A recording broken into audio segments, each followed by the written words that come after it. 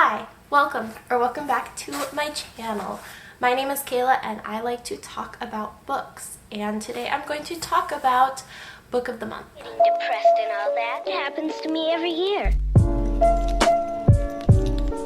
So today I'm going to be unboxing my Book of the Month box, which is something that I subscribe to, but I periodically skip a month because some months I just have enough to read or nothing looks that interesting, which is actually a really nice feature I really like of the website, is that you can skip a month and then use that credit the next month. So I actually had skipped 2 months of Book of the Month because I just had other stuff that I wanted to read, and then I ordered a box again in December, and it came a little bit late because I think there were a lot of shipping delays because of the holidays, and it just came, so I'm really excited, and I figured I would just unbox it and open it on camera because I actually really like unboxing these. It's kind of fun, and like I said, I skip a lot of months, so almost always when I get Book of the Month I actually get 2 or even 3 books because I will skip a month or two, and then I will use those credits when I'm just in the mood to explore a little bit more or get some new different kinds of books. So I got some stuff because I was oh, it's gonna be a new year and I feel it'll be kind of interesting to have new stuff to read. Not that I don't have stuff to read. I definitely still have books that I'm interested in, but it's a new year, so I thought it'd be kind of interesting to have different things to read. Things that aren't mystery, thriller, short stories. I'll stop talking about it and let's just get into opening it up and seeing what is inside. I don't have a knife right now, so I'm just going to use this pen. Oh, we'll see if this works. Okay, it's kind of working. Maybe I should go get a knife. No. Okay. Oh my gosh. That worked. Okay, cool. I didn't think that would work, but I think it's just my extreme muscles. A lot of people don't know this because my arms look like they're cooked spaghetti, but I'm actually really strong. So here we have just the Book of the Month box, and it always has this funny little thing that's you've got great taste. I can't actually remember what I ordered, but I think I got 2 books. Or did I get 3? I got 2 or 3 because I had skipped a couple months. And the first book that I have is A History of Wild Places by Shay Earnshaw, a novel. I don't remember picking this out at all. It was pretty late at night when I did this, so I don't remember picking this out at all. But I think it's sort of a thriller, maybe a little bit of a mystery, fairy tale elements. It says, Travis Wren has an unusual talent for locating missing people. Hired by families as a last resort, he requires only a single object to find the person who has vanished. When he takes on the case of Maggie St. James, a well-known author of dark, macabre children's books, he's led to a place many believe to be only a legend. So he's basically led to this community that I guess was considered only a legend. It's a community for people looking for a simpler way of life, which honestly kind of relatable. Sounds like a commune. Pretty soon after he discovers it, I guess he disappears. So this actually sounds really, really good.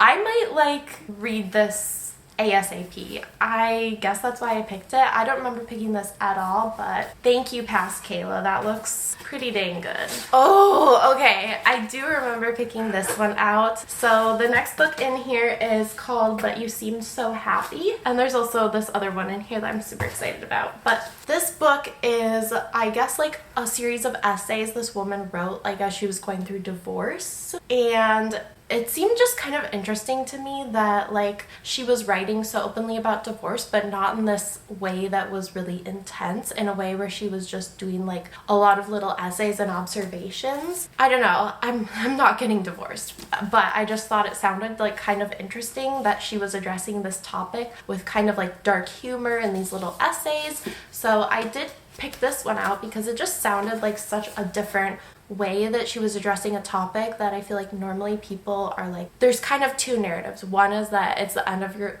life and the end of the world and you're a failure, and then the second narrative is you rebuild from the ashes kind of a thing, I guess. And I don't know, I just like that it's like that, I guess. I feel like it's a much more complicated topic, and it's really not so black and white as like a good thing or a bad thing, or like it's not necessarily that it's all good or all bad. You might even, I'm sure, get divorced and regret it sometimes, but also be happy. So I feel like it's kind of a complicated topic, and I'm sure there's a lot of like shame and feelings of failure. So I like that she is approaching it like honestly but also lightheartedly, so I'm very excited to read this as well.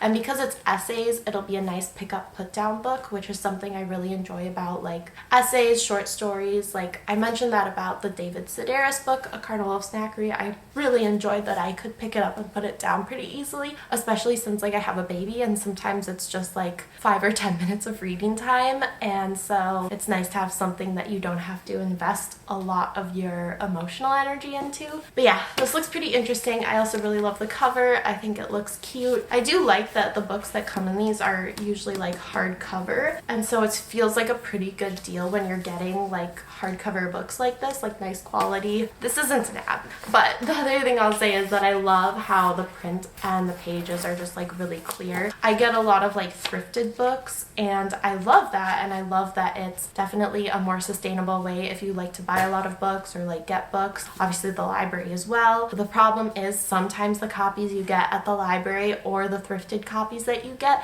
have those really like dark pages and the really tiny print. It's not as content of a read. It's not as easy of a read because you're just like, oh, this could be clearer. So I love that there's just like the really white pages and the really big clear font. The last book is called Sourdough by Robin Sloan, and I am a baker. I'm sure a lot of people don't know that about me because like why would you, but I love baking, and I worked as a baker for years, and this book spoke to me. So it's kind of hard to like see the title just because the typeface is actually like fuzzy and there's not a huge color difference between them.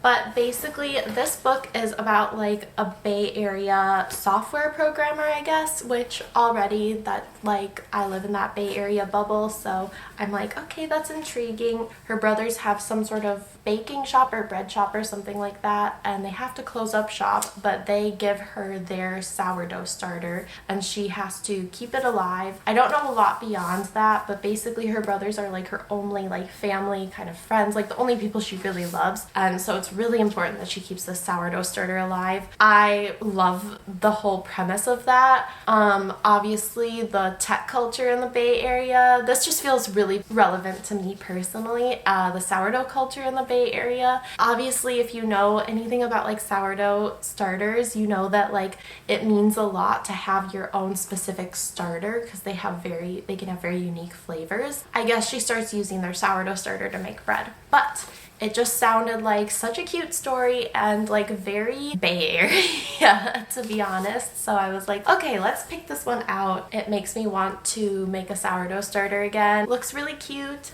Excited to read it. Not sure which one I'm gonna read first because there's actually a lot of good choices. But the last thing is that inside of these like book of the month boxes, they include always like a little bookmark and stuff like that. So I guess they have some little holiday stickers as well. Oh, I'm gonna put these on my book of the month bookmark.